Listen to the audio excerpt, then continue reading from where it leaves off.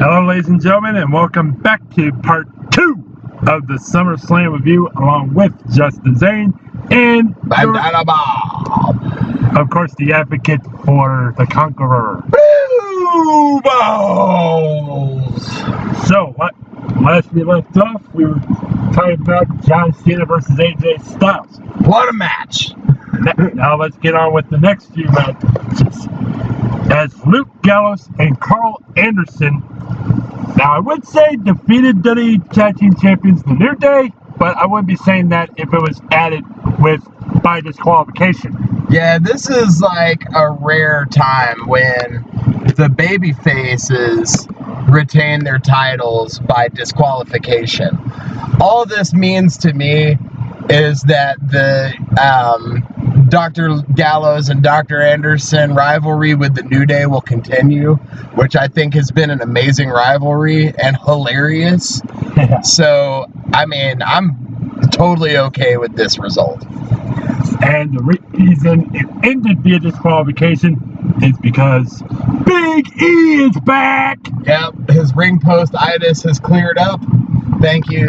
Thanks to the tireless research of Drs. Gallo and Anderson. Well, I don't think Big E would have ever said thank you to Dr. Gallows and Dr. Anderson. Hey, man, sometimes being a doctor is a thankless job, man, but that does not mean that, they didn't do a wonderful But let's talk about who was in the New Day's corner before Big E came out. Jon Stewart. He was in the corner of the New Day just to try to be all nice and apologetic for how sorry he was for costing John Cena his match last year at SummerSlam.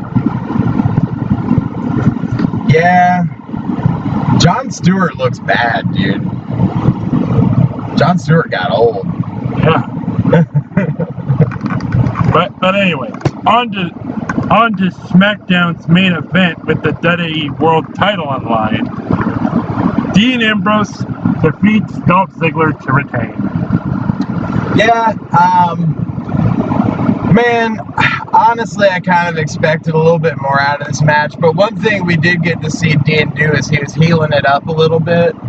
You know, he was like posing and mocking Dolph Ziggler. Yeah, and I think it's interesting. I think we could be seeing a Dean Ambrose heel turn down the line, which would be not necessarily a bad thing. Or what Dolph Ziggler turns? From the way they're making it look, it's looking like Dean Ambrose is turning heel, though, man. You know, with the posing and it makes more sense to have a heel champion, anyways. But the question is like Dean Ambrose, we already believe that he's a badass and that he's dominant. How are they gonna make us buy him being a heel? Like, how is he gonna get heat?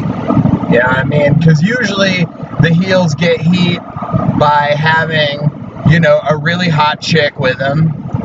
That's one way to do it. Because people get jealous because, they've got a hot babe. Yeah. I guess maybe being cowardly or cheating a lot, but I just don't see that fitting in with Dean Ambrose's character. Like, even back when he was a heel champion in the Shield, he didn't run away from a fight. It's just that the Shield would come out and, bust everybody's ass to make sure that he retained his title. Yeah. I don't know. It'll be interesting to see how this whole thing with old Dino. I mean, let's just keep him as a face champion in SmackDown, though. I guess maybe. I don't know. We'll have to see where it goes. But I love Dean Ambrose as champion. He's got that same kind of swagger as like Harley Race or something, where like, I know I'm the champion and I'm fucking awesome and everybody knows this already. So it's up to you, opponent, to prove why you think you're good enough to get in the ring with me, the champ. And I don't know. Yep. All right. On to the next match, and I gotta say, this match made me so freaking excited. I mean, I got a hard on for it. Just like you got a hard on for Mick Foley when he was announced as general manager. Yeah. I got a hard on for this match, because as everyone should know, Eva Marie was scheduled to be Natalya and Alexa Bliss's partner for this 6-woman tag team match against Naomi, Becky Lynch, and Carmella. But, or as JBL calls her, Kamala. But before SummerSlam, Eva Marie was suspended for violating WWE's wellness policy for the first time. So Natalya and Alexa Bliss had to find a new partner. And who did they find? They found the longest reigning Divas champion in history. Nikki Bella is back. True that, bro. And Nikki Bella got the winning pinfall for her team. Yeah, it really makes me think though, how long have they been waiting to bring Nikki Bella back? Like, how long has she been waiting to come back to the main roster? And because I mean, it seems like the Eva Marie suspension was almost an opportunity to bring her back. She looked great. She debuted a new finisher that was like a fireman's carry into a diamond cutter. Yeah, into a cutter of some sort, and it was taught to her by Daniel Bryan, her brother-in-law. So I'm really curious to know, like, was Nikki ready to come back 100%? Is she ready to be back 100%? Is she fully healed? You know, like, did she just step up and go for something reckless and come back early? You know, neck surgery, man, you know, she's only been out she only had that neck surgery like 7 months ago. Usually that's like 9 months to a year that they're gone, you know, unless they're like John Cena, who has like Wolverine healing capabilities. Yeah, she's been gone for nearly a year, but after seeing that performance by Nikki Bella, I say she is fully healed. Yeah. I say she is fully 100%. But you're not a doctor. Well, I may not be a doctor. But she looked great in the ring, so I'm hoping that this means that she's fully healed. She's going to be back on SmackDown as the top lady in the women's division. I'm ready. I'm on the Nikki bus, even though, you know, I still love me some Becky Lynch. Yep. But apparently Becky Lynch didn't win, did she? She did not. Anyway, on to the next match for the first ever WWE Universal Champion. Let's talk about the Universal Championship first. What'd you think in the unveil? Like, is it what you were expecting? Well, by the sound of the way the fans sounded when we got, I think they revealed the championship on WWE.com because they cut it on the main show. But by the sound of the crowd reactions, they didn't seem to like it very much because it kind of looked like they mixed the WWE World title with the women's title because ladies and gentlemen, the Universal title has a red strap and it's the same plate as the WWE World Championship, except it's called the Universal Championship. Yeah, I think that, like, we really... I mean, I was really expecting more, but I'd say it's a pretty good looking belt. The Universal Championship has kind of been panned by a lot of people from the very beginning because they're like, oh well, they gotta make a heavyweight championship for Raw. Nobody's gonna care about Raw if they don't.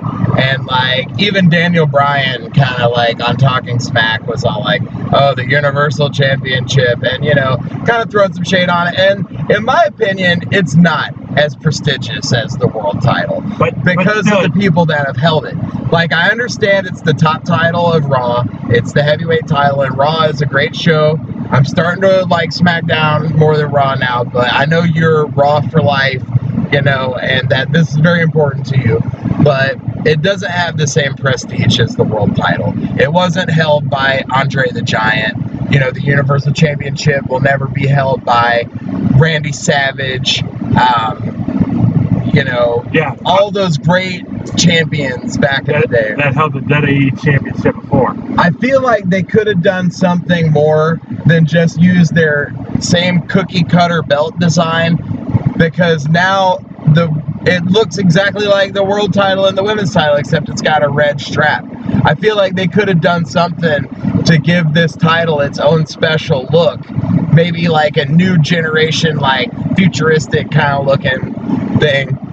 But I'm sure it's gonna have some prestige with it, because ladies and gentlemen, your first ever Universal Champion and the first guy ever to actually win a world title in his debut on a pay-per-view, Finn Balor.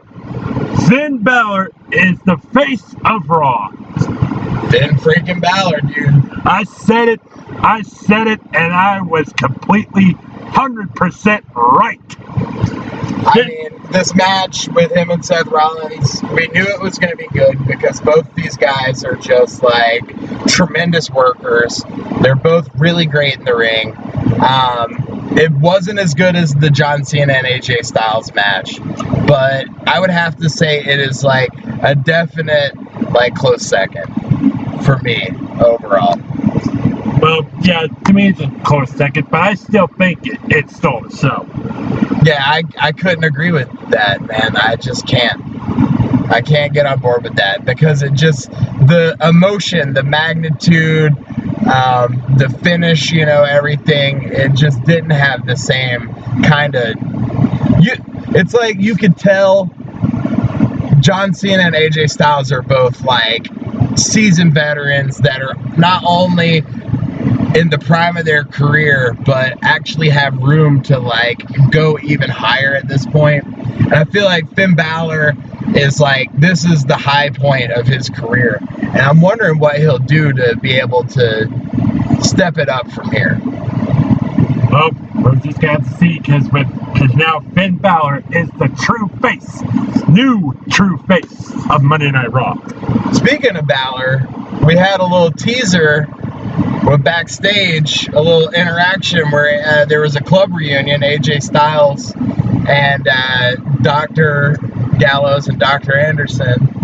They were backstage doing a little Too Sweet, and Finn Balor no-sold the Too Sweet. Maybe it's because AJ Styles was part of it. Could we be seeing the Balor Club? Maybe, but without AJ Styles?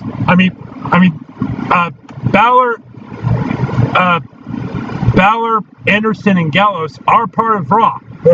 So, we could see a Balor Club union come in soon.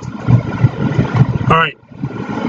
Now, the next match was supposed to be for the United States Championship between Roman Reigns and Rusev, but quite frankly, that match never got started. Yeah, so Rusev went to start beating down Roman before the bell, and he was really beating the shit out of Roman Reigns for like a good 3 or 4 minutes. And then Roman Reigns was finally able to counter. And then for 10 straight minutes, we saw Roman Reigns beating the ever-living snot out of Rusev. Roman Reigns had another one of his psycho moments. Yeah, crazy moments that people have been wanting to actually see Roman Reigns be like this crazy, brutal, freaking wrecking ball that he hasn't probably been for the past few months. Yeah, we haven't seen Roman Reigns go crazy like this since TLC, and even then it was against Triple H, which a lot of people hated because people love Triple H. Triple H is loved because of what he's done in NXT. I think that finally they got the heel, and throughout Triple H's career, should I remind you about that? I think finally we got the heel that has enough heat in Rusev to put Roman over as a face and to get people to stop booing him. I feel like everything is set up right in this, and the fact that the US title is at the center of all of it just makes this a really, really good storyline, and I'm really curious as to where this will progress. Yeah. Now we're at Taco Bell, so we gotta order some food. Hi, how are you? Hey, how y'all doing? Well, I'm good, thank you. What can I get for you? What you want, bro?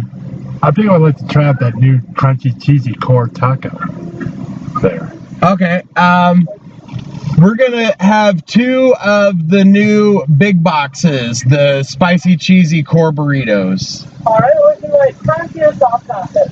You want soft? Soft, yes. Okay, soft on one, crunchy on the other. Okay, what's your drink? A Baja Blast with no ice. What do you want to drink?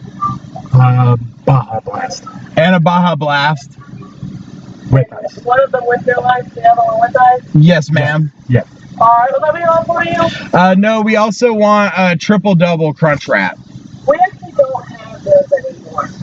Okay. They Let's got rid see. of those? Let me think of what Pops would want. We have our cravings deal. What's that? It comes with a cheesy gordita crunch, a burrito supreme, a crunchy and soft taco, and an order of nachos. Ooh, definitely. And Probably like that one. Okay, yeah, we'll go for that then. Alright, would you like a crunchy or soft taco? Soft. Alright, and what's your drink? What do you think Dad would want? Probably Mountain Dew, right? Probably not. Yeah, Mountain Dew. Alright, will that be all for you? That'll be it for today. Is everything okay on your screen? Yes, ma'am. Alright, your total is $19.91. We'll have to see with your first window. Thank you. All right. So, where were we? Well, we are now getting into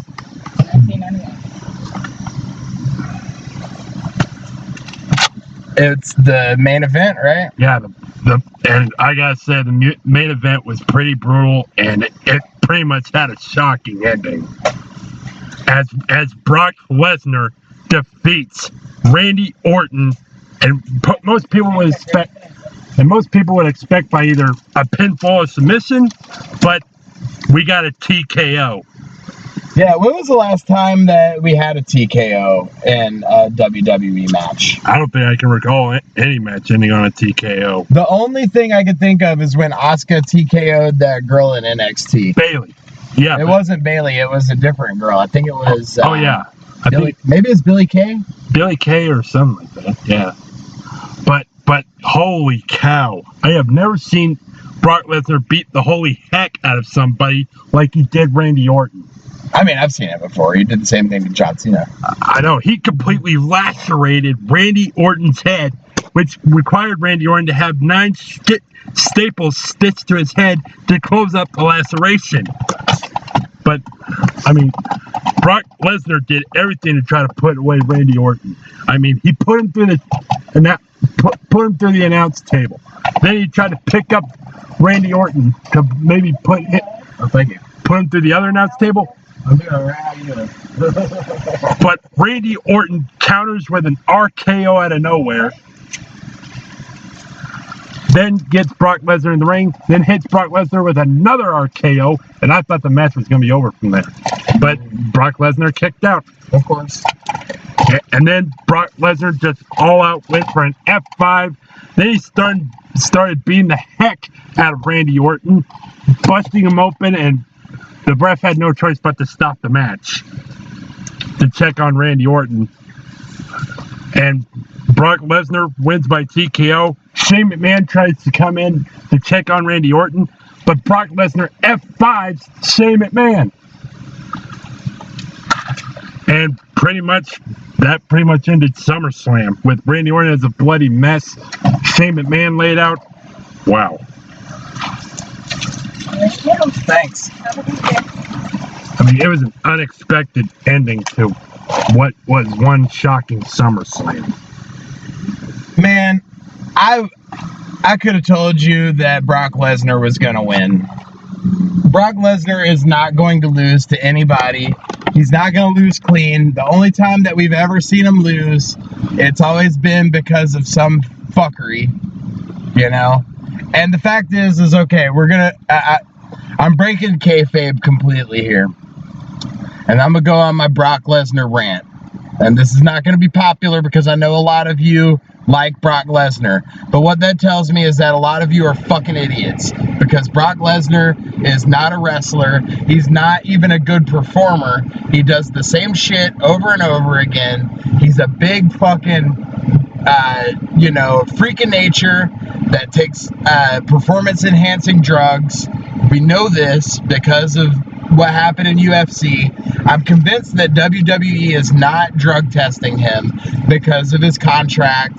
Basically, Vince McMahon couldn't be on this guy's dick any harder. And the fact is that, man, he doesn't give a shit about WWE. Brock Lesnar does not give a shit about any of the WWE fans. He's not give a shit about the WWE organization. He says this all the time in his interviews, and I'm pretty sure he's not just playing a character. He honestly, genuinely is just there to get a paycheck. It's no different to him than working at freaking McDonald's or, you know, anything else, dude. He has no respect for the WWE. And honestly, I don't think he should be in the WWE anymore. I don't care about Brock Lesnar. All of his promos, all the hype leading up to this match is fucking boring. Brock Lesnar can't talk worth a shit. That's why he's got Paul Heyman. The guy has the personality of a fucking piece of molded cheese, and his moves are fucking lame. I mean, the only time he ever tried to go for a big spot was that shooting star press. They tried to pull up at WrestleMania 19. Yeah, and he landed on his fucking head, and I wish he would have broke his neck and died. Anyways, that's my Brock Lesnar rant. Suplex City. Brock Lesnar's never going to lose for the rest of the time that he's in WWE, unless it's some kind of, like, The Undertaker with the low blow, or Seth Rollins with the Money in the Bank cash-in, which he didn't even get pinned in that, you know? Right. But technically, the thing that really made people sour about tonight, after that match, they were all hoping Goldberg was going to show up. Why? I have no clue. Goldberg is not going to come back to wrestling. Goldberg's like 60 now. I mean, there's got to be some sort of explanation on WWE's got to have some sort of way to try to make why they made Brock Lesnar win the match by TKO. I mean, they got to explain something about this, and maybe we'll get some kind of an explanation on Raw. I mean, I guess, like, however, the thing is like, with Brock Lesnar, I feel like sometimes he shoots. And because he's such a big, bad, burly motherfucker that could literally probably beat up anybody in WWE. I mean, let's be honest. The dude is a fucking serious fighter, and he's jacked up on drugs. Nobody stands a chance against him. You know, this isn't a rumor, but this is a conspiracy theory. Brock Lesnar wasn't supposed to beat the Streak. But instead he beat the hell out of the Undertaker until the Undertaker had no choice but to give it up, or he was gonna get hurt. This thing with Randy Orton last night, I don't know. I'm pretty sure that it was planned like that to begin with. WWE is known to give us some blood in some of the bigger pay-per-views that, you know, towards the end of the night. But then again, I mean, this could have just been another case of Brock Lesnar maybe was supposed to lose, and instead he said, fuck that, I'm just gonna beat the living shit out of Randy Orton because that's what's best for Brock Lesnar. But besides all that, SummerSlam, not so bad, but actually pretty good. I feel like if they would have saved the Universal Championship match and the World Heavyweight title match for the main event, and instead did the Brock Lesnar match after the AJ Styles and John Cena match, then it would have been pretty perfect. But the fact that that fucking idiot Brock Lesnar gets top billing at every show that he's in now, and he only shows up to 5 things a year, I don't know, man. I refuse to give a shit about Brock Lesnar anymore. But what's your rate on the actual SummerSlam event in its entirety? Like a letter grade? Yeah, letter grade. I mean, I'm giving it somewhat like between a B or an A, but I think I should just give it a B+. I'm gonna give it a B+ as well. And the reason I'm not gonna give it an A is because I feel like even though the brand split just happened, there should have been more inter-brand matches. besides the whack-ass Randy Orton and Brock Lesnar match. I feel also that they took the focus away from what should have been the real main event, and that's the fucking titles. Yeah, the world title and of course the Universal Championship. Yeah, I would have much rather seen that show close with Dean Ambrose or Finn Balor than looking at Brock Lesnar's ugly face. But I mean, I'm gonna be pretty much, anytime that there's a bunch of hype surrounding a match with Brock Lesnar, I'm gonna be like this on every video, just because I don't like him. And yeah, so for our opinion, a B+ show. So it's not that bad. So no, but there's definitely been much better SummerSlams. Now, as far as like the matches go, I'm gonna give them an average of A for the matches. The show overall, there was too much like videos and watching, oh, this is everything that led up to it, and I feel like there was a lot of dead air, but the matches were A. There were a lot of great matches. The only ones that I thought were actually not that great, there was the women's championship match with those two botches early on that I think really fucked up the pace of that whole match, but I still think that they did a really good job. They did a good job on that 6-woman match though too. Yeah, that one was great. Welcome back, Nikki. I missed you so much. But that AJ Styles and John Cena match, man, you know, I didn't think, after watching TakeOver Brooklyn, I was like, there was nothing that could top the NXT, the Shinsuke Nakamura and Samoa Joe match, and even the Revival, their match before that. I was like, there's no way that anything at SummerSlam could top either one of these matches. And then that fucking match with AJ Styles and John Cena, that is just like a rank S plus ad infinitum. It's like one of the best matches I've ever seen in any WWE program. And man, I'm just so excited to see what happens next in this. I know I said I was getting bored of the AJ Styles and John Cena rivalry, but now I just want more. I just want more and more for, like, I think I'm going to go home and watch that match again, like, as soon as I get home. It's so good. I know. I wouldn't mind if they had a rematch and get it Backlash, which is where we're going, by the way. Oh, yeah. We're heading out to Backlash. We can't wait to give you guys our predictions for what matches are going to be scheduled there, even though it's going to be all SmackDown. Yeah. So, but anyway, tell us what you guys thought on your opinions about SummerSlam by giving some comments about what you guys thought, like what you guys thought of the Universal Championship, the matches, and what you guys thought of the ending. So anyway, that's your SummerSlam review with Justin Zane and Bandana Bob. And we'll see you guys in the next video. Bye. Farewell, Internet.